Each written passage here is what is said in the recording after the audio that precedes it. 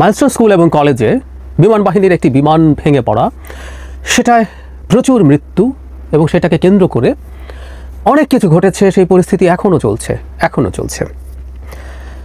গতকাল আমি কিছু ঘটনা ঘটেছে, এর মধ্যে একটা ঘটনা আমি একটু আলাদা করে বলবো ভেবেছিলাম, সেটা নিয়ে কথা বলতে চাই। এটা আলাদাভাবে একটু আলোচনা করা দরকার, কারণ এই রকম ঘটনা বাংলাদেশের সামনে আরও ঘটবে নিশ্চিতভাবেই বলতে পারি। কিভাবে একটা গুজবকে স্প্রেড করে, কিভাবে একটা গুজবকে মানুষের মধ্যে পৌঁছে দিয়ে অস্থিরতা তৈরি করা যায়।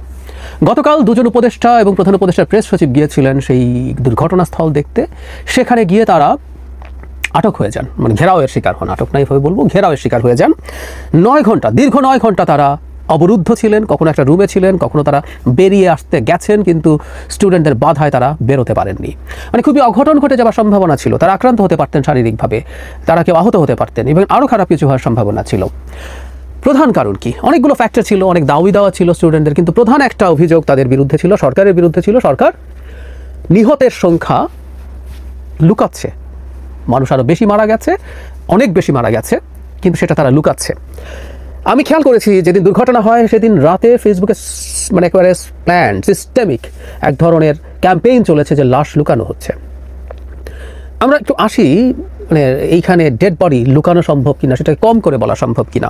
মানে স্কুলে এবং কলেজে আমাদের সমাজের মোটামুটি যথেষ্ট সামর্থ্যবান পরিবারের সন্তানরা পড়েন, মধ্যবিত্ত, উচ্চ মধ্যবিত্ত বা ধনী লোকজনের সন্তানরা পড়েন। মানে আমরা কেউ কি বিশ্বাস করি সরকার চাইলে এখানে কোনো ডেড বডি লুকাতে পারে, গুম করে ফেলতে পারে মৃত্যু কম দেখানোর জন্য?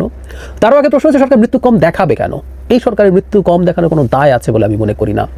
কেউ কেউ বলতে পারেন যে পরিস্থিতি অনেক বেশি ঘোলাটে হয়ে যেতে পারে, মানুষের উত্তেজনা অনেক বেশি বেড়ে যেতে পারে, সেই কারণে লুকাচ্ছেন। কিন্তু আমি সেটাকেও যৌক্তিক মনে করি না। সোফার যে সংখ্যার মানুষ মারা গেছেন, শিশু মারা গেছে, সেগুলো যথেষ্ট অস্থিরতা তৈরি করার জন্য। কিন্তু এই আলাপটা এসছে, আমরা ধরে নিলাম যে সরকার কিছু ডেড বডি গুম করে ফেলেছে, লুকিয়ে ফেলেছে। তো এগুলো কাদের ডেড বডি? ওই যে বললাম, ওই শ্রেণীর মানুষজনের সন্তানের।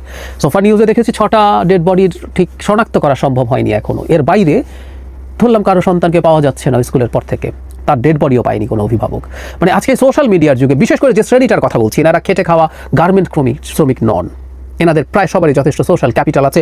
অনেকেরই খুঁজলে তারা দেশের অনেক মেইন স্ট্রিম মিডিয়া, টিভি বা পত্রিকাকে যোগাযোগ করতে পারেন। তারা চাইলে তথ্য খুব ইজিলি মানুষের সামনে নিয়ে আসতে পারেন।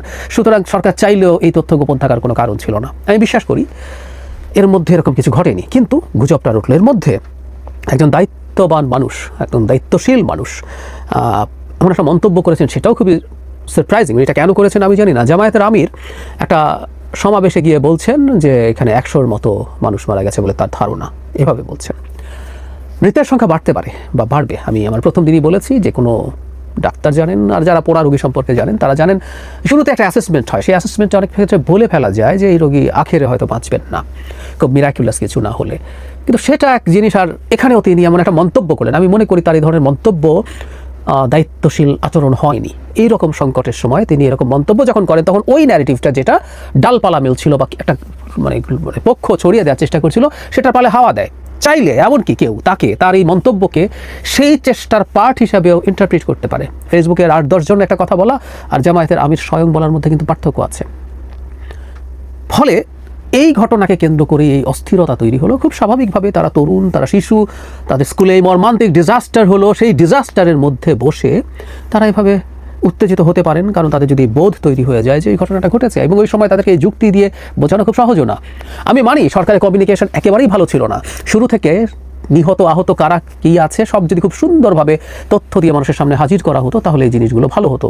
এছাড়াও সংবাদ সংগ্রহের সময় সংবাদকর্মীরা বাধার সম্মুখীন হয়েছেন আইনশৃঙ্খলা রক্ষাকারী বাহিনীর দ্বারা, এই অভিযোগগুলো সামনে এসে হাজির হয়েছে। তো এই অস্পষ্টতাগুলো হয়তো এই প্রেক্ষাপট তৈরি করেছে, কিন্তু একটা গুজব চাপিয়ে দেওয়া যাচ্ছে, সেটা রিয়াকশন হচ্ছে। সচিবালয়েও সচিব পরীক্ষা পেছাতে রাজি হননি, সেটা ছড়িয়ে দেওয়া গেছে এবং সেটাতে একটা মব তৈরি হয়েছে। মব আনস্ট্রাকচার্ড, আনপ্ল্যান্ড হয়, কিন্তু এই মব যেহেতু অর্গানাইজড, কোনো সামনে ব্যানার নেই, তাই আমরা মব বলছি, কিন্তু এটাও প্ল্যান করে ওখানে পাঠানো হয়েছে বলে বলতে পারি। সুতরাং গত দিনের এই দুটো ঘটনা আমাদের খুব কগনিজেন্সে রাখতে হবে, খুব সিরিয়াস কগনিজেন্সে রাখতে হবে। বাংলাদেশের নির্বাচন পিছিয়ে দেওয়ার জন্য নিরাপত্তা পরিস্থিতি, আইনশৃঙ্খলার পরিস্থিতি খারাপ আছে, এই ন্যারেটিভ বিল্ডিংয়ের চেষ্টা হচ্ছে এবং এই ঘটনাগুলো ঘটবে। আমরা সরকারের দিক থেকে চাইবো, সরকারকে যদি আমরা একটু বেনিফিট অফ ডাউটও দিই যে সরকার প্ল্যান করে এটা করেনি, কিন্তু সরকারের কমিউনিকেশনের প্রবলেম আছে, এই কারণে এই ধরনের অস্থিরতা তৈরির প্রবণতা সামনে আরও বাড়বে। সরকারকে খুবই সতর্ক হতে হবে যেন তারা এই ধরনের ক্ষেত্রে খুব দ্রুত ব্যবস্থা নেয়। এই ধরনের মিসইনফরমেশন এবং ডিসইনফরমেশন, এই ক্ষেত্রে অনেক ক্ষেত্রে ডিসইনফরমেশন কাজ করে, সেগুলো যাতে তারা ফাইট করতে পারেন।